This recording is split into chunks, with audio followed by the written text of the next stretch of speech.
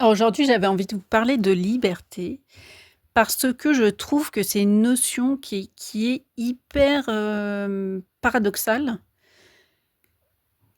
dans le sens où je pense qu'officiellement tous on rêve de liberté, on peut se sentir plus ou moins libre aussi déjà, de base et même en vrai, parmi toutes les personnes qui disent vouloir la liberté, dans la pratique, bah, je pense qu'il y en a très peu, dont moi par moment clairement je fais partie, qui vraiment assument la liberté qui peut se présenter, qui peut être là ou qu'on peut avoir dans le sens, dans le futur par exemple.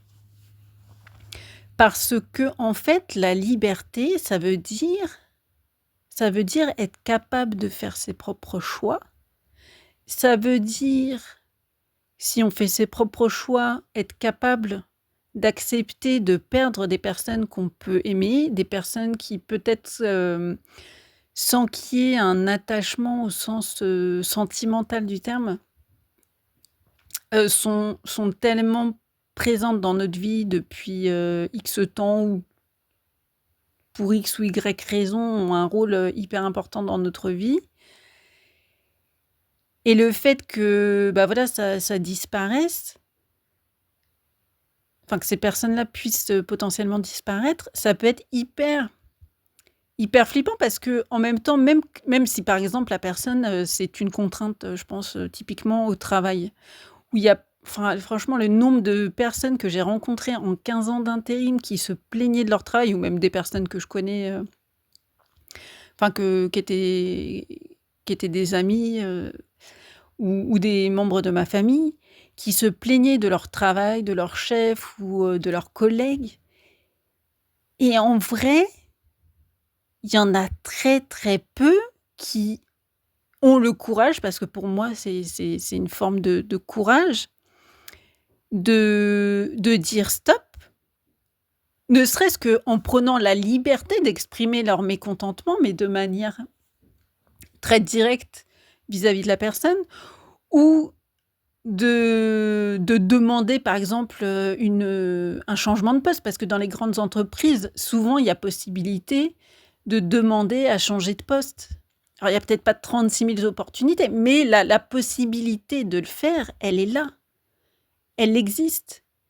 Ou alors de regarder, comme je le dis, enfin je le disais à une de mes collègues souvent, juste regarder des offres d'emploi à l'extérieur. Je suis pas, loin de moi l'idée de lui dire, «Démissionne même si tu as rien», tout ça, mais juste de regarder et une fois que tu as regardé, de faire ton CV. Ou juste, tu vois, tu regardes, tu te dis: «Bah non, finalement, il y a rien qui m'intéresse, qui m'inspire» et ça, OK, tu vois? Et c'est après de se dire: «Bah, du coup, finalement, je suis peut-être, bien là où je suis», même si c'est imparfait parce que de toute façon, il y a aucune situation, enfin, il y a peut-être des situations parfaites, mais en vrai, je pense que même si, ça existe, il y a des chances que ce soit, plus quelque chose de temporaire que quelque chose, qui soit parfait sur la durée, on va dire. Mais après, ça peut être, ce qui va nous correspondre parfaitement, on va dire. Parce que moi, je sais que, par exemple, il y a plein de choses qui peuvent être imparfaites dans ma vie et puis, je suis super contente, de les avoir. Mais vraiment, véritablement, tu vois? Si je même si j'avais l'opportunité de changer, je le ferais pas parce que ça me convient réellement et tout ça pour dire que oui, en vrai, on se trouve toujours 36 000 excuses. On peut toujours se trouver 36 000 excuses pour se dire qu'on, genre, on n'a aucun choix et que la liberté, elle est pour les autres. Franchement, on a toujours la liberté, enfin, je dirais, elle est là, elle existe.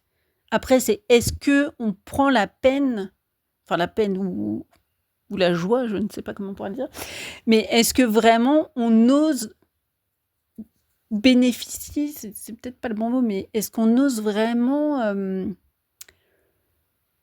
saisir, ouais, voilà, saisir cette opportunité d'être libre au sens où on l'entend vraiment. Parce qu'en vrai, on est toujours libre, même quand on se trouve 36 000 excuses, bah, on a la liberté de se trouver cette excuse, de prendre cette excuse ou de la refuser ou de la rejeter. J'avais entendu une fois, par rapport à l'expression, quand on dit on n'a pas le choix ou quelqu'un nous dit tu n'as pas le choix. Le fait de vouloir dire à quelqu'un tu n'as pas le choix, c'est comme me le disait la personne, je sais plus si c'était un artiste, mais j'ai oublié lequel, qui disait bah, ça veut dire que si on a le choix, sinon la personne, elle aurait aucun besoin de nous dire ça en fait. Si on a le temps de réfléchir à est-ce que je fais ça ou ça veut bien dire que le choix, on l'a. C'est nous qui, après, décidons de choisir telle ou telle chose.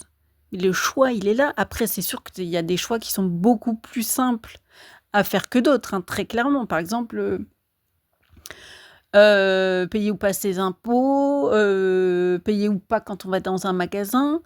C'est clair que là, il y a dans un cas, on va dire, le choix, il est beaucoup plus facile à faire que dans l'autre. Parce que, bah oui, ça implique potentiellement de se faire arrêter, de payer encore plus cher plus tard, d'être prélevé directement sur son salaire, par exemple, si son salaire ou ses sources de revenus. Si on refuse de payer ses impôts, enfin bref, il y a toujours un truc. Mais en vrai, le choix, on l'a. Après, ça pourrait être ça aussi, de se dire, bah, ma liberté, elle est bah, peut-être de trouver un autre moyen pour éviter de payer de cette manière-là. Parce que de toute façon, il y a toujours, en fait, dans la vie, il y a toujours un avantage, un inconvénient, un échange qui se fait entre ce qu'on fait et ce qu'on fait pas. Bref, bon, là, je repars dans mes délires. Et donc, voilà, ouais, j'avais juste envie de parler de ça, de liberté, et de vous demander, mais est-ce que vraiment vous avez envie d'être libre au sens d'être épanoui, en fait? Je pense que c'est ça, souvent quand on parle de liberté, on l'assimile à la notion d'épanouissement personnel. Parce que c'est ça qu'on recherche, hein, officiellement quand on dit vouloir être libre. Et donc voilà, juste peut-être ouais, vous inviter à vous questionner, est-ce que vous avez vraiment envie d'être libre? Et si vous avez envie de l'être, est-ce que réellement, en fait, qu'est-ce que ça vous apporte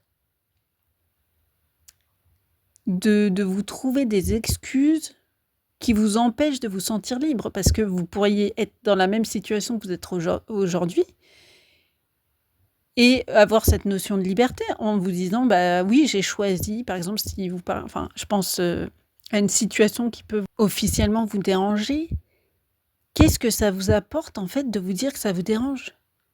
Et qu'est-ce que ça vous apporterait de vous dire, bah ok, c'est peut-être pas la situation dont je rêve officiellement, en tout cas, mais finalement, ça me va bien.